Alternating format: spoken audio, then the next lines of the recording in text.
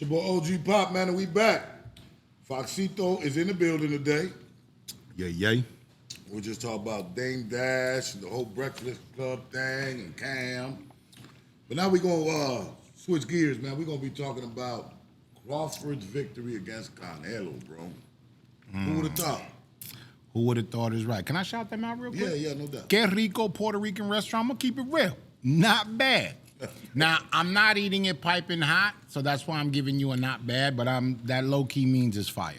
I'm going to tell you, everything was better than average, but that chicken empanada hit different, bro, and it's not even hot right now. We ain't got the cheesy stuff and all that, you know. Right, but I'm just saying, so Que Rico, shout out to y'all, man. Thank you for the food, and it was fire. Salute, Xavier. Appreciate you.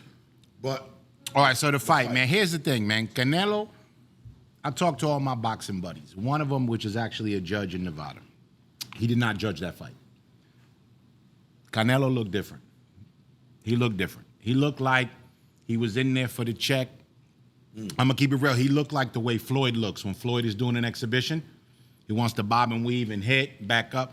To me, you know, the dude was older that beat him. He put up a good fight, a strategic fight. It was a little less than entertaining, but that's how I felt, man. I'm gonna just keep it real. It didn't look like classic Canelo to me. I thought it was classic Crawford, though. Yeah, I'll go with that. I thought he was gonna outbox him. I didn't see him knocking him out. I never called the knockout.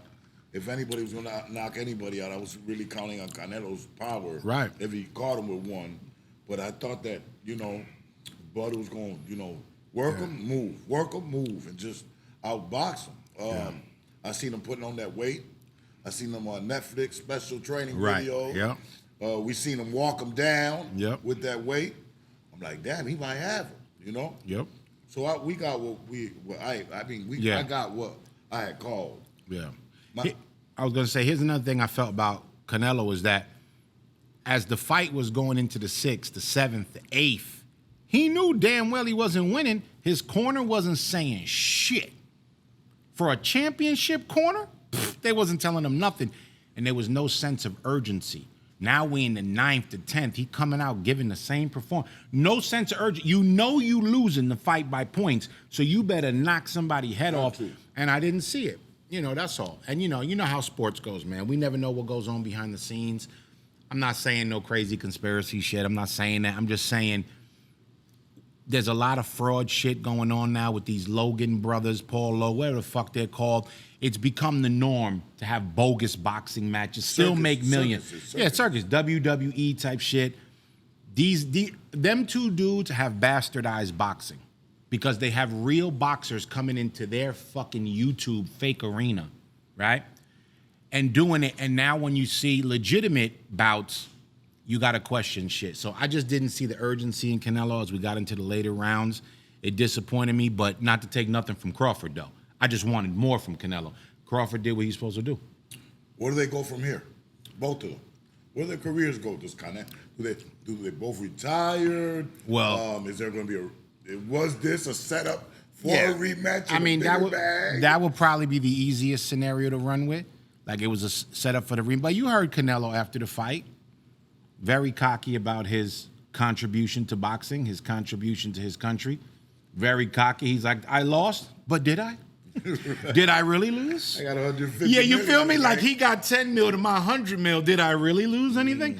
So I see Crawford is going to continue to fight, though, man. He's not in that superstar realm yet, even though he's that dude. But now he can start calling some shots in terms of the money. Did you hear the names they're throwing at him?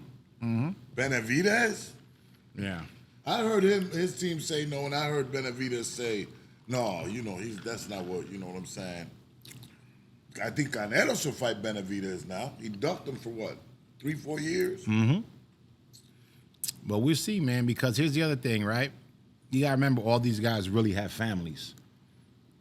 So Canelo, not to count another man's money, but they saying this fight might have pushed him into billionaire status. You really think your family's like, yeah, go in the ring again and maybe get your melon rocked? It's hard, man. It's hard to look at your kids and be like, one more time, because what if something terrible happens? When you at that level, bro, even Mike Tyson, right? Of course, my favorite boxer of all time. That was the era. I was a kid. I loved him, right? He wasn't touching no $1 billion back then. You know what I mean? It's a different world we live in now. So I could understand if Canelo fell back. Don King maybe was. Yeah, he was touching everything. He touching everything that moved. Right. Yeah. That's how I feel. Let's talk about your boy since we're on the boxing subject. Let's go to New York. Yeah. Balanga. Where does Balanga go from here? Man, listen. To Terror Squad? Yeah. He need to get on the mic or something, B. Maybe open the bodega. I'm not even trying to diss him. All I'm saying, when you talk like that and you get your whole shit pushed in twice in a row, maybe even 3 times at this point, I stopped watching him. You know what I'm saying? He was food for old boy for that last fight. I'm telling you, son. Straight food, B. He said his girl talking about do that, cemented his gloves and all that. Yeah. That's how hard he got robbed. Yeah. After he went, that's the thing about social media. You got to be easy. After he said his jaw could get hit by a Mack truck, he ain't going nowhere. That's what he said. That didn't age well. No.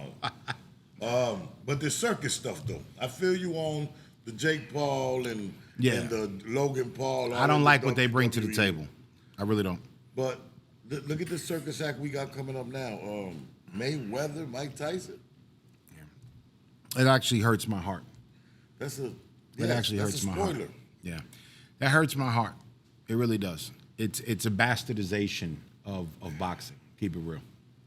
Why would they do a fight like that, bro? I don't. And you hear all these rumors about Floyd going broke, and if you know anything about money, it's almost an impossibility, right? But when you look at Floyd's actions, you gotta actually wonder.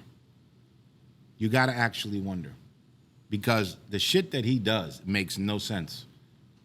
Makes no sense. I know he wouldn't have did it in his prime. He didn't want to get hit with one of them real Iron Mike Tyson fists 10, 15 years ago. But that's the thing, though. He retired. But that's the thing. If you look at the contracts for these exhibition fights, you're not even allowed to hit like that in the contract. For exhibition. You're right. In these type of bouts. I mean, the contract between Tyson and Jake Paul, I read it personally.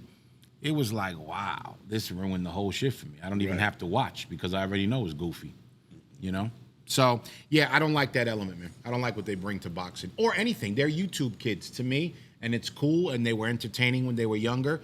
Now, anybody who gets money wants to be a gangster, and it's so corny because that ain't you, bro. You corny. You could get built. You could do steroids. You could say I'm a knock this. You're not gangster. It's not part of your makeup.